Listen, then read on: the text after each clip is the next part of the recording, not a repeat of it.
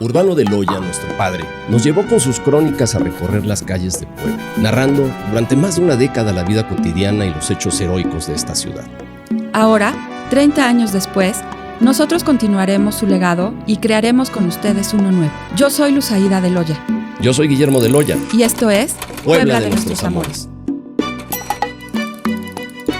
Fue un proceso, digamos, de integración que también trajo beneficios y también trajo progreso para los propios naturales. A ver, para los primeros, para 1583, sin mal no recuerdo, 1534, perdón, ya había 83 cabezas de familia, ya se habían importado varias cuestiones que eran de materia productiva agrícola, por ejemplo, manzanos, naranjos, higueras, vides, que todo ello era, a fin de cuentas, a provecho de la propia población, que no necesariamente el uso racional y, por supuesto, convenido de la fuerza de trabajo era explotación. Entonces, se trajo a esta nueva tierra, a esta nueva España, para promoverla como un centro comercial. Y es ahí donde Puebla empieza a tomar esa relevancia, doctora. Sí, y además hay que recordar que eso no se dice. Normalmente, incluso en un momento determinado, se cedieron tierras de cultivo a los indígenas para su propia explotación. Es decir, la agricultura también se fomentó dentro de los barrios que se llamaban barrios de indios, y demás, porque pues en un momento determinado se respetaron las jerarquías, se respetó la tradición, se respetaron los mandos, se crearon y la corona española lo reconoció como tal. Y pagaban tributos, o sea que no necesariamente ellos también trabajaban la tierra y participaban en ello. Y además hay una cosa muy, muy concreta, el hecho de que estaba prohibido que los naturales vivieran, como decíamos, acá del río, ¿no? Sí, sí. En el sentido de que no podían vivir en la traza española. Pero poco a poco eso se fue relajando. Incluso hubo muchas denuncias porque pues muchos iban a vivir a casa de españoles, trabajaban allí o lo que fuera, ¿no? Y entonces, pues ahí empezó la socialización y el mestizaje. Claro, porque ese proyecto de los grandes ideólogos de Puebla, Salmerón, Motolinía y el obispo, no fue en realidad como ellos lo pensaron, porque desde el primer momento de la misa fundacional llegan los naturales a participar, porque sabían que ya era su trabajo en la traza de la ciudad, en la construcción de una ciudad y ofrecer su mano de obra y sus servicios. Entonces, desde ahí ya no le salió tan bien el experimento. Y qué bueno, ¿no? Ya. No, yo creo que sí hubo esa socialización, aunque, como comentaba antes el cónsul, ¿no? Ahora se está desvirtuando todo mucho y se está mirando todas cosas muy negativas y negativas, pero también hay cosas positivas y importantes, y respeto también, ¿no?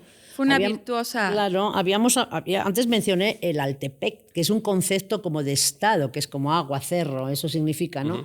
Y ese concepto de Estado dio lugar a una serie de pueblos que se asociaron a través de un pueblo cabecera. Ese es un concepto que también es un concepto español, ese pueblo cabecera donde había un dirigente, los dos eran pueblos menores, pero estaban en conjunto, labraban la tierra, tenían una serie de costumbres que sí, obviamente se mantenían, aunque el asunto religioso era diferente. Claro. Pero también tenemos que pensar que los frailes lo primero que hicieron fue conocer a la población, aprender su idioma y su cultura para poder llegar a ellos de una manera rápida, ¿no? Y tenían instrucciones del rey de respetarlos, ¿no? De darles una vida digna, pues. Sí, claro, hombre, obviamente ellos fueron grandes defensores de esto, ¿no? Todos. Porque conocían muy de cerca a los naturales, a los autóctonos de aquí, y eso pues fue muy importante. Lo que pasa que, pues en todos los, como decimos, en todos los sitios cuecen habas, ¿no? Ha de haber habido sus excepciones, hubo ¿no? Sus cosas y desde luego pues la población de a pie pues habría de todo. Pero por lo general hubo mucha normativa, leyes, etcétera, de defensa de los indígenas. Imagínate, o sea, qué importante, ¿no? A fin de cuentas, promover también un sistema de defensa, promover un sistema de beneficios, promover la integración pacífica. Creo que, como bien lo dices, cónsul, es una cuestión que, dejemos al lado las fobias, dejemos al lado los agravios, veámonos en el real valor que tenemos como tal en la convivencia que siempre hemos tenido a lo largo de los siglos y a fin de cuentas hemos pactado ser esto, el producto de ese gran mestizaje, por llamarlo convenientemente, en el cual nos define ahora también a los poblanos en grandes momentos de la historia, primero en la parte fundacional y posteriormente en la independencia. Sí, porque la guerra de independencia, que fue eterna, 11 años, 11 meses, digo, 11 años y 11 meses, sí.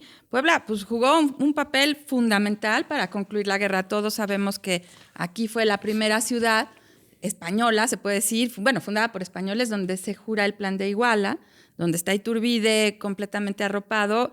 Y a pesar de que Puebla siempre había sido una ciudad realista, fue la primera, como decía yo, en jurar la independencia en 1821.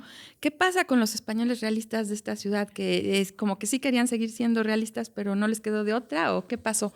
Bueno, los realistas eran, digamos, los afines a la monarquía, los que defendían la monarquía. Claro. Tanto en España como en otros lugares. En España los realistas eran los que defendían el antiguo régimen.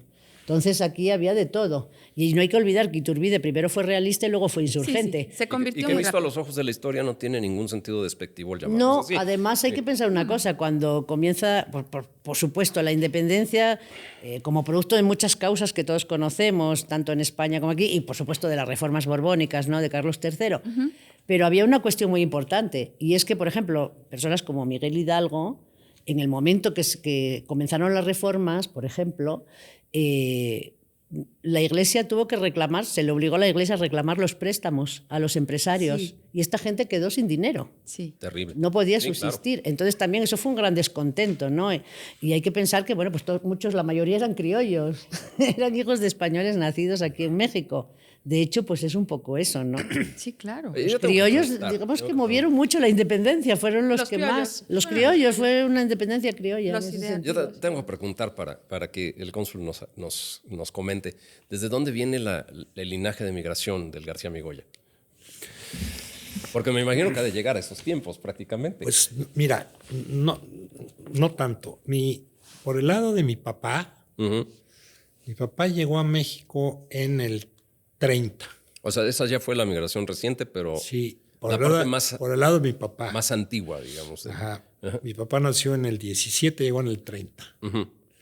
El lado de mi abuelo materno llegó en el 1902. Y del lado materno, mi abuelo materno, que llegó en 1902, y mi abuela materna ya había nacido en México. Ok. Y mi bisabuelo materno llegó en 1840. Ya en tiempos previos a la República, digamos. No, pero antes de las invasiones, ¿no? Francesas, ¿no? Sí, Sí, antes de las 1840. guerras. Ujú. Y él ¿Llega a Puebla, Eduardo? no, llegaron a México. Ok, a la Ciudad de México. Llegaron a la Ciudad de México. Y por el lado de mi abuelo materno sí primero llegó a México y después ya vino para Puebla. Pero realmente es una migración, Más reciente. pues sí, Pero ¿no? por ahí seguramente algún relativo del independentista, por ahí andaba alguien de tu familia, seguramente. Es que todos, seguramente, si le empezamos a rascar, todos tenemos un origen por ahí. Todos tenemos por ahí. Y bueno, y viene uno de los periodos que más estragos causó a los empresarios españoles en Puebla, que fue principalmente Guillermo la Revolución. La Revolución Mexicana, que durante el porfiriato la realidad es que la inversión industrial española estaba muy concentrada a lo largo del río Atoyac. Y esto te servía de fuerza motriz. De ahí se empezó a hacer la gran tradición textil poblana, de alguna manera, por 38 centros fabriles textiles que teníamos a lo largo de la ribera del río. Y también grandes hacendados o quienes eran dueños de haciendas importantes como la de Atencingo, para 1911 más o menos, que eran todos evidentemente de la colonia española. Y ahí trabajaban también en la fábrica La Covadonga, pues varios, que era propiedad de Ángel Díaz, ¿no? Según tengo entendido. Ángel Díaz Rubín. Cuyos estragos después de la revolución, ahí mismo hubo fusilamientos, hubo muertos, hubo cuestiones en detrimento del propio patrimonio, como también en los saqueos de la textilería Metepec, y así varios ejemplos, pero aún así, aún con los agravios de una guerra intestina que teníamos los mexicanos, se fueron dando las condiciones para persistir en esta colonia como una colonia amiga.